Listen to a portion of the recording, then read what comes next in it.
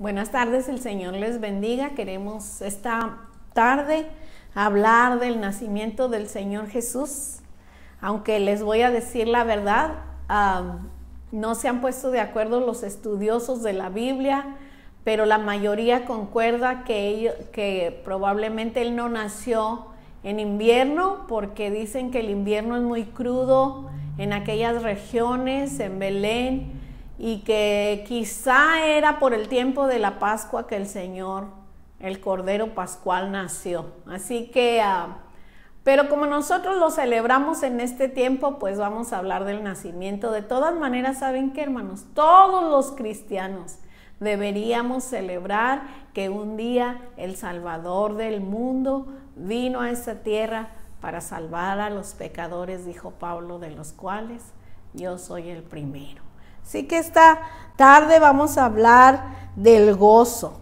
Así se llama nuestra lección, abrazando el gozo. Y dice, ¿qué le produce a usted gozo? Quizá el nacimiento de su primer hijo, o cuando uno de sus hijos se gradúa, o también quizá buenas noticias de tierras lejanas. Eso dice aquí. El gozo es contagioso, dice. Y esto nos hace pensar en la oportunidad que sucede una vez al año cuando celebramos el gozo sin límites que trajo el Señor Jesús a todo aquel que quiera recibirlo, pero que conste que hay una condición, que quiera recibirlo. Fíjense qué condición tan sencilla, es solamente que dispongamos nuestra mente y nuestro corazón para recibir ese gozo. Y también esto parece como una clase evangelística, hermanos, porque usted quiere recibirlo. Es tan sencillo como decirle al Señor, mi corazón está preparado para que nazca Jesús en él, ¿verdad? Porque eso es la Navidad, la natividad de nuestro Señor Jesús. Solamente a Él se le aplica este término, hermanos. Entonces, cuando nosotros no le damos lugar al Señor, nos parecemos a aquel mesonero y aquellos mesones donde no había lugar para el Señor, para su nacimiento. Entonces, María y José estuvieron batallando muchísimo para encontrar un cuarto y finalmente, no encontrándolo, encontraron un lugar, quizá con paja limpia, esperemos, no lo sé, pero ahí fue donde vino a nacer nuestro Salvador. Pero el gozo, hermanos, se puede ofuscar cuando nosotros llenamos nuestro corazón de tanta preocupación. Y el ángel, cuando vino a anunciarle a los pastores, no teman, porque he aquí os doy nuevas de gran gozo, que será para todo el pueblo. Dice, no dice serán, dice será, que quiere decir que el gran gozo sería para todo el pueblo, y ese pueblo era el pueblo de Israel, donde Dios estaba cambiando la historia al enviar a su hijo, y ese hijo vino a pagar el rescate por los perdidos. Por eso Juan 3:16 nos dice, porque de tal manera amó Dios al mundo que nos dio a su Hijo unigénito. Y esa es una profecía que se cumple de Isaías 9:6, donde dice, porque un niño nos es nacido, hijo nos es dado, regalado, no es vendido, no es para que usted compre su salvación. Así que, lamentablemente, la Navidad pronto pasa y nuestro gozo no perdura. Y los regalos quizá nos traen alegría que tampoco perdura. Pero el Evangelio, hermanos, no es un regalo que dé gozo por solo un ratito y luego se pase, sino que es la demostración de amor de Dios que lo motivó, hermanos. El amor de Dios lo motivó a darnos este regalo grandioso que es su Hijo. Y si nos dio a su Hijo, ¿cómo no nos dará también con Él todas las cosas? Pero durante esta temporada, dice aquí, deja que ese gozo entre en tu corazón y no va a salir de ahí nunca, sino que ese gozo será en ti como un agua que salte para vida eterna y deja que salpique a todos los que están en tu derredor.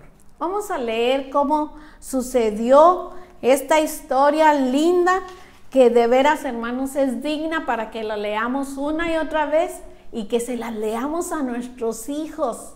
Hermanos, no evitemos que nuestros hijos sientan este gozo. Vamos a ver Lucas 2, del 1 al 7. Aconteció en aquellos días que se promulgó un edicto de parte de Augusto César, que todo el mundo fuese empadronado. Este primer censo se hizo siendo Cirenio gobernador de Siria, e iban todos para ser empadronados, cada uno a su ciudad.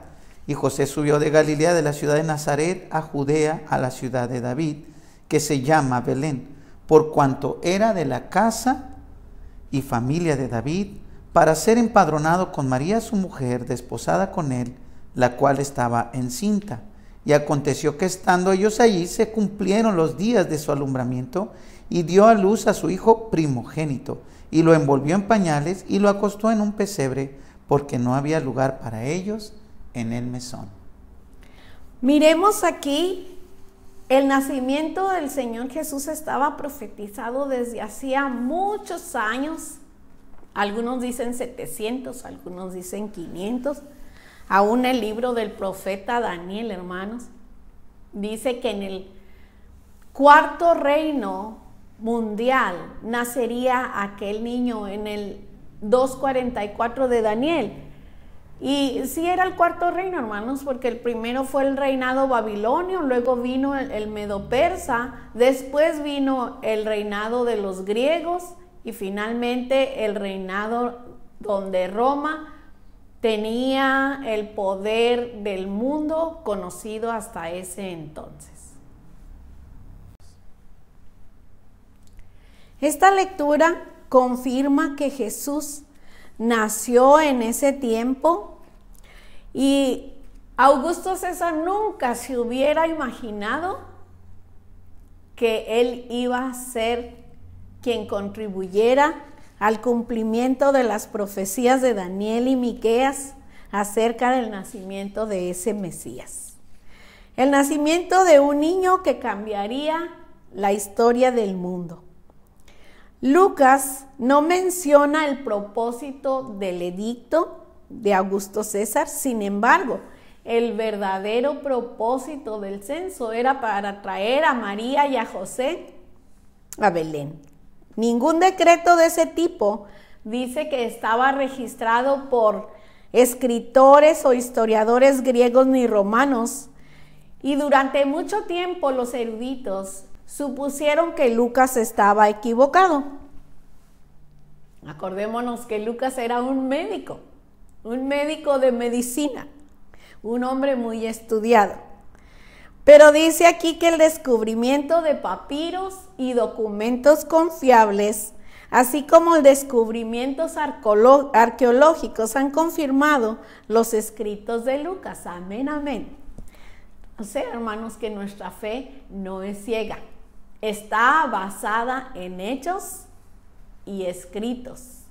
Hermanos, cuando nosotros estamos leyendo un libro de historia, debe haber fechas, debe haber nombres de personas y lugares. Cuando nosotros leemos la Biblia, hermanos, la Biblia siempre tiene fechas, nombres de personas y lugares, que luego se han ido comprobando poco a poco por medio de la arqueología. Hermanos, no estamos confiando en algo que nos contaron. No estamos confiando en tradiciones. Estamos confiando en la palabra de Dios que vive y permanece para siempre. Así que este autor de estos estudios cita varias obras de W.M. Ramsey acerca de la autenticidad del libro de Lucas. Así que si quieren comprobar a W.M. Ramsey, él tiene 3 escritos que confirman la autenticidad del libro de Lucas. Y vemos aquí que los versos 2 y 3 nos dicen que este primer censo se hizo siendo gobernador de Siria un hombre llamado Cirenio. Y dice, e iban todos para ser empadronados, cada uno a su ciudad. Se dice que los romanos tenían la costumbre de hacer censo a cada quien en la ciudad donde residía, pero los judíos tenían como costumbre subir a la ciudad de su descendencia. Vean ustedes que todo estaba perfectamente planeado por Dios.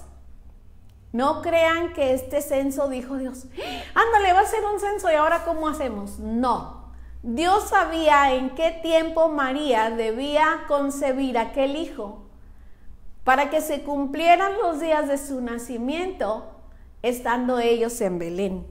Porque dice aquí, por cuanto era de la clase y el linaje de David. Así que nosotros vemos aquí a María y a José yendo a Belén, donde había de nacer el Mesías. Hermanos, cuando nosotros vemos Mesías, Cristo o ungido, están hablando de la misma persona, porque Cristo en griego, Mesías en arameo y ungido es para que nosotros sepamos que es el Mesías o el Cristo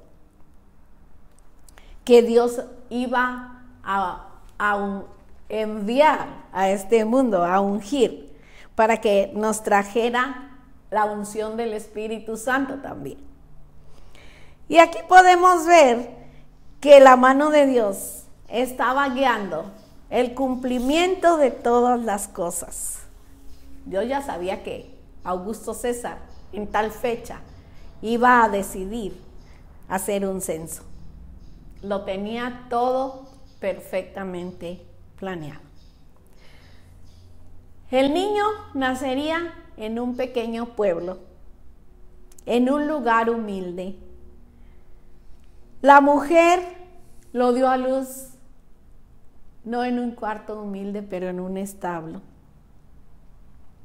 Y miren ustedes, cuando un bisnieto de la reina de Inglaterra nace, o simplemente se da a conocer el embarazo de la muchacha que está casada con el nieto de la reina de Inglaterra, los titulares de periódicos, revistas y medios de comunicación vuelan por todo lo alto. Nosotros vamos a ver que el nacimiento del Rey de Reyes también fue anunciado por todo lo alto, porque los ángeles dijeron, gloria a Dios en las alturas. Hermanos, no estamos viendo a un rey terrenal, estamos viendo a un rey que, a pesar que nació en un lugar humilde, era aquel Salvador del mundo. Ahora imaginémonos la distancia que había entre Galilea y Belén, hermanos. Se dice que 111 kilómetros, pero antes no había trenes o buses o nada que podamos decir, pues nada más agarraron un transporte y se fueron. Entonces tenían que caminar. Si quizá José tenía un burrito, no lo sabemos, pero siempre pintan a José y a María con un burrito. O si quizá lo pidieron prestado, o sea, ¿qué vamos a saber nosotros, hermanos?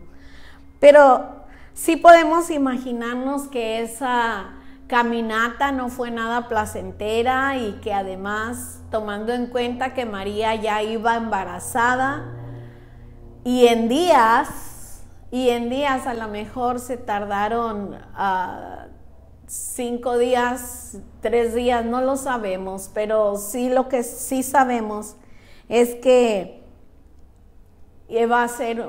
debió haber sido un viaje difícil Ni siquiera las sombrillas se usaban, hermanos, y aquel sol no lo sabemos. Pero la cuestión es que ellos subieron a Belén para ser empadronados, como dijimos antes. Ellos tenían la costumbre de ir a su ciudad de su descendencia. Así que el verso 5 nos dice que subieron a Belén para ser empadronados, y dice que José estaba con María, su mujer. Yo estaba leyendo varios autores que me decían, porque para mí desposada era prometida, pero a la vez dice María, su mujer, y ahí usa los dos términos, dice su mujer desposada con él.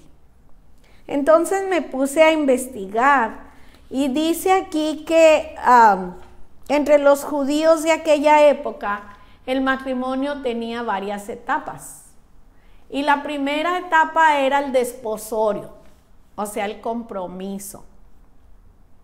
Pero este compromiso valía como la primera etapa del matrimonio y no se podía romper más que por medio de divorcio. Así que una vez comprometida, la joven se quedaba en casa de sus padres y tenía que esperar a que el novio viniera por ella, lo cual podía durar meses o quizá años, porque el novio tenía que ir a preparar un lugar para la novia, una cámara nupcial. Y aquí podemos recordar al Señor Jesús: no los voy a dejar solos, voy a venir por ustedes, pero voy a ir a preparar un lugar para ustedes. Por eso cuando decimos que el Señor Jesús va a venir por su novia, la novia ya está comprometida, hermanos. Viene por una novia que no tenga mancha ni arruga ni cosa semejante.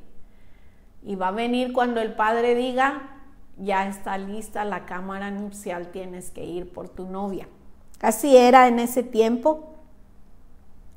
Y en este tiempo del compromiso, dice aquí, que podemos recordar la parábola de las 10 vírgenes cuando se oye la voz de clamor: he aquí viene el novio. Dice que las vírgenes que estaban preparadas se fueron con el novio, ¿verdad? Y aquí también María queda comprometida con José, y José podía llevársela, pero dice aquí que él la llevó, y dice que si no hubieran estado comprometidos, los padres de María nunca la hubieran dejado partir con José.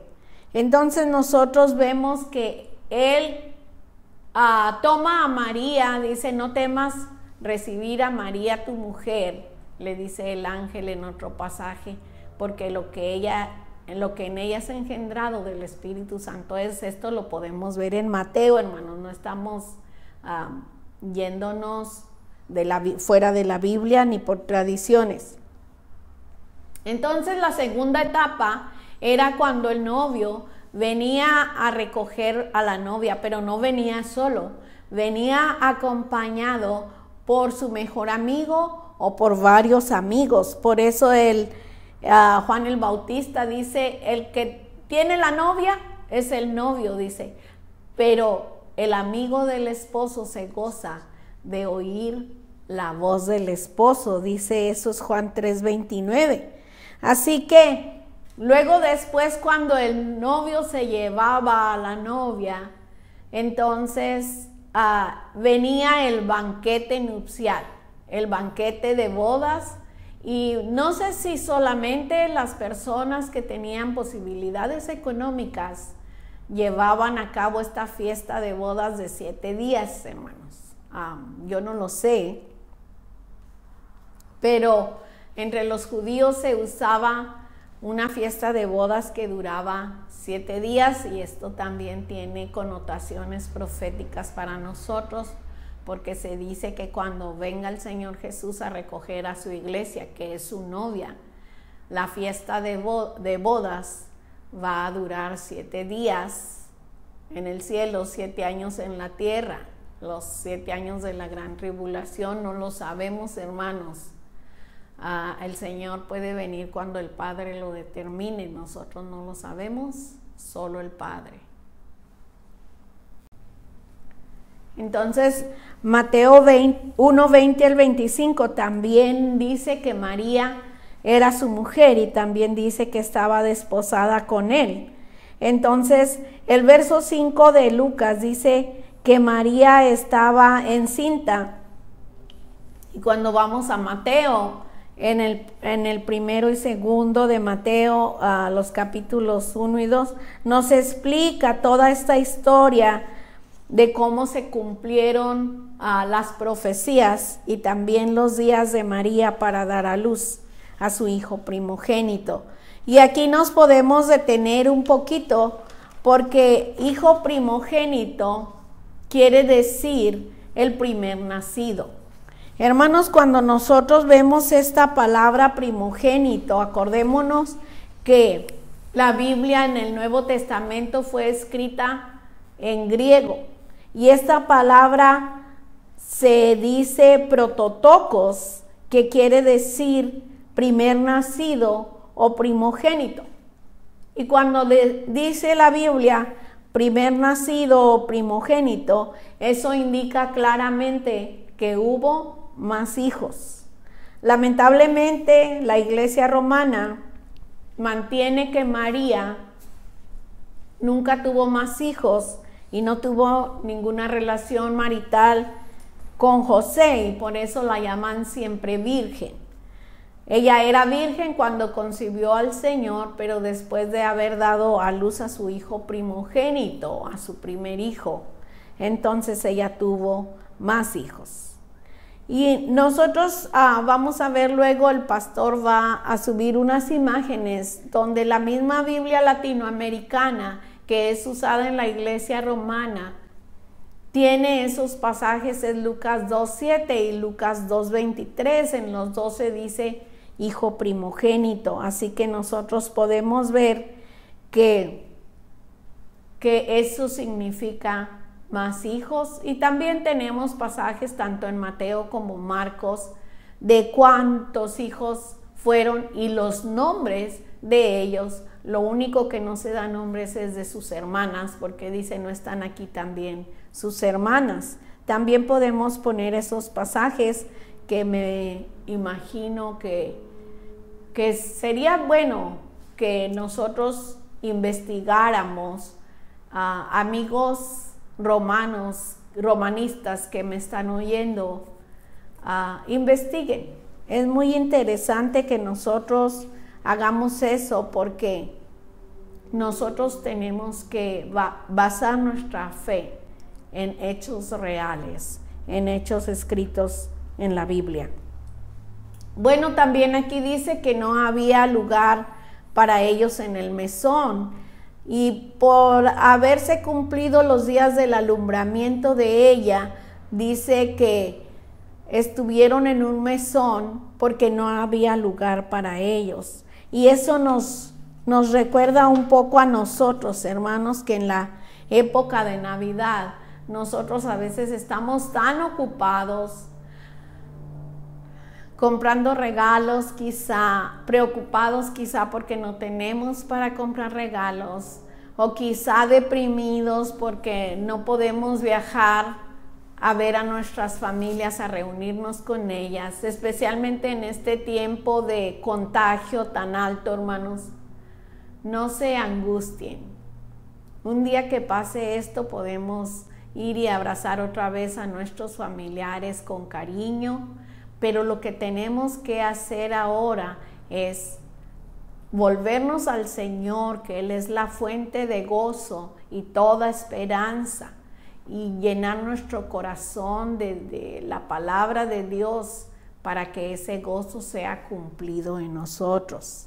Así que aquí nosotros vemos cómo María está en un establo con José y un bebito. No puedo imaginarme siquiera al Hijo de Dios en un bebé tan indefenso como cualquier otro bebé.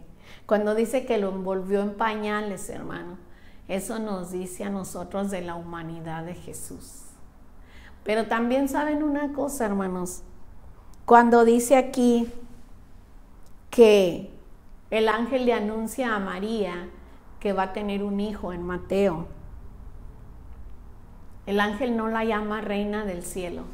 Reina del cielo vas a tener al Hijo de Dios. No le llama así, ni tampoco le llama reina de los ángeles, hermanos, ni tampoco se inclina ante ella para adorarla.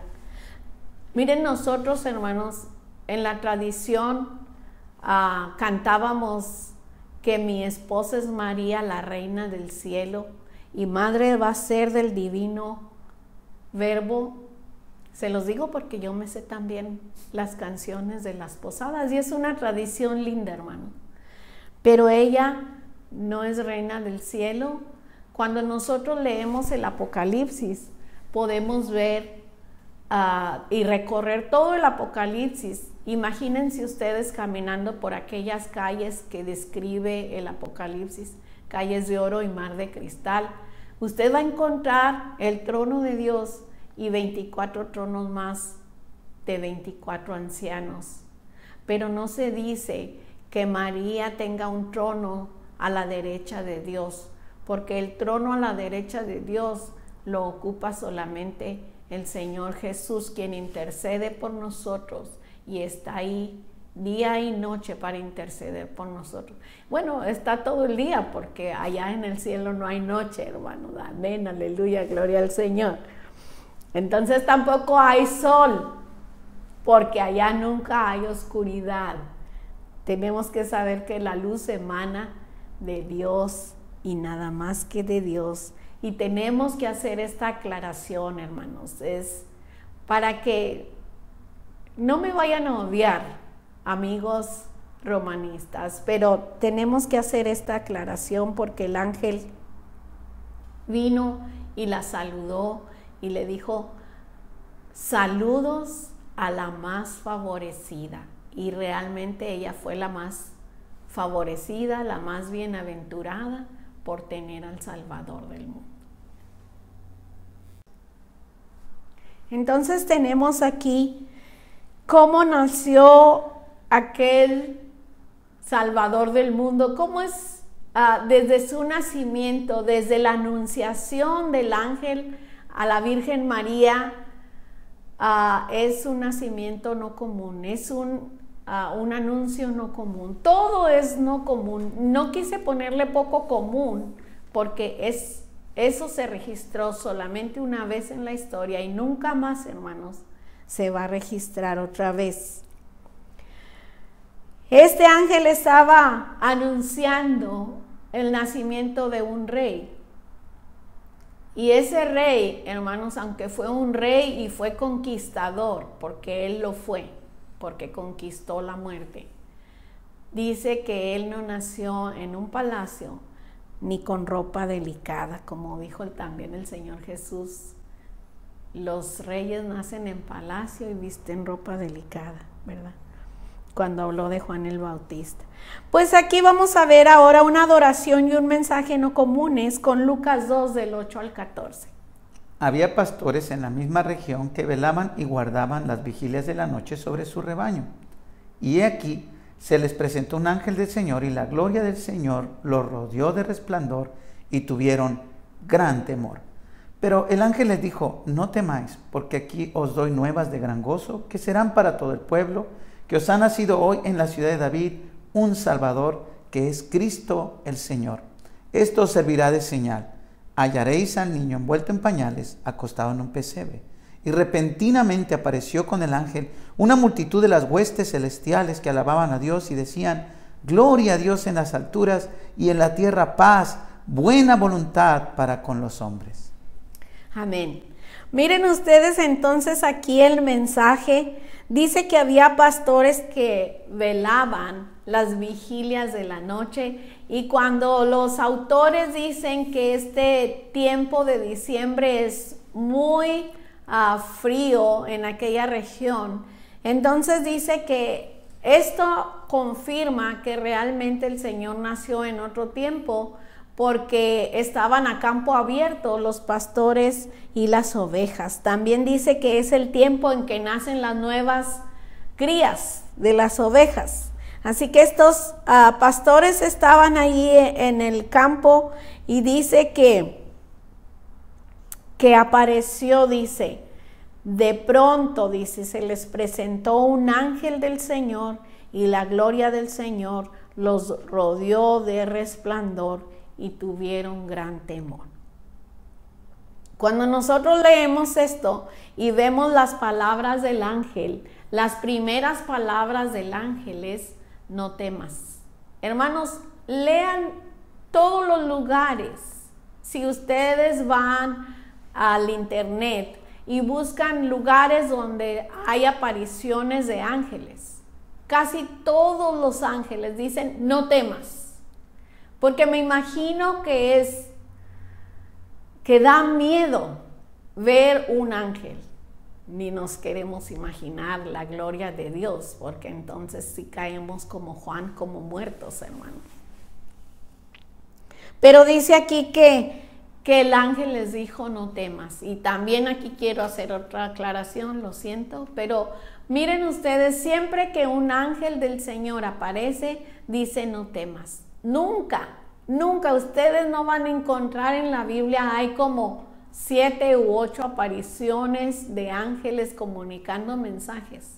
Y en ninguno de ellos dice: quiero que en este lugar me hagas un altar, una capilla, una basílica, una iglesia, un templo.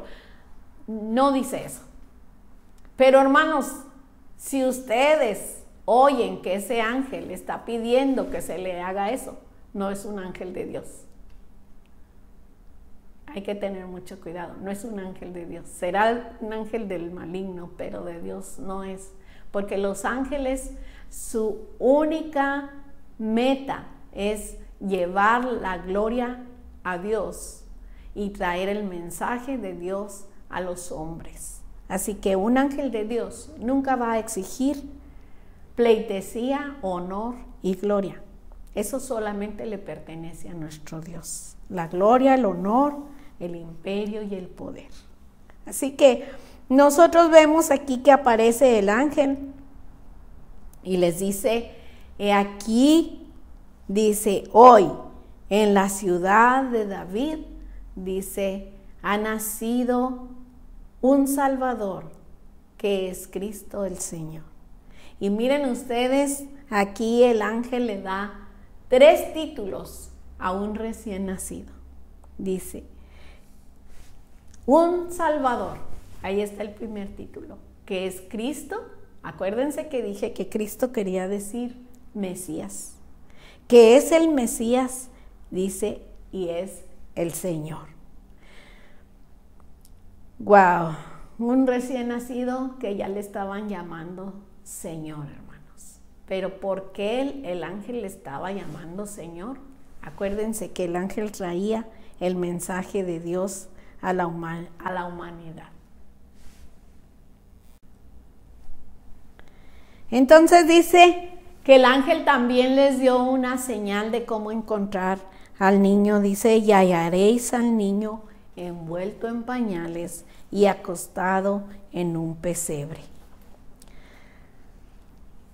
Envolver a un niño en pañales no era extraordinario, hermanos, pero acostado en un pesebre, vaya que era extraordinario.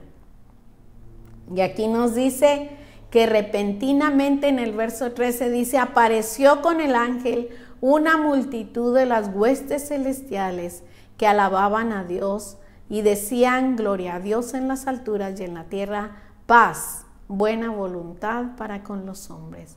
Hermanos, miren esto, cuando dice huestes celestiales, dicen otras versiones ejércitos celestiales. Pero estos ejércitos no venían en son de guerra, hermanos. Venían a comunicar el año de la buena voluntad y la paz de Dios para con los hombres. Amén, amén. Hermanos, pero lo mejor de todo es que todos estos ángeles que aparecieron vinieron a dar un concierto. Hermanos, si ustedes vean el concierto, estaban sencillos y humildes pastores en primera fila, en la fila VIP que dicen aquí. Hermanos, ¿y saben qué? Fueron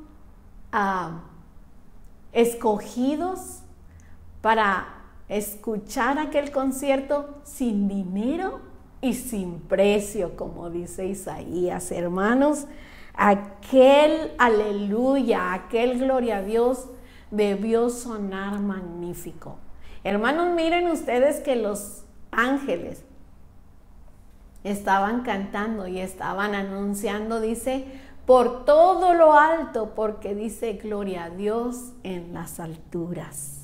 Cuando nosotros oímos el aleluya de Händel, si usted nunca lo ha oído, hermano, póngalo en internet y póngale aleluya de Händel y usted va a escuchar aquel coro glorioso, hermanos, que no estaban cantando rap o merengue o bachata o nada por el estilo, hermanos, pero estaban cantando una alabanza hermosa y sublime que decían: al que es digno de recibir toda la honra, la gloria, el imperio y el poder por los siglos eternos.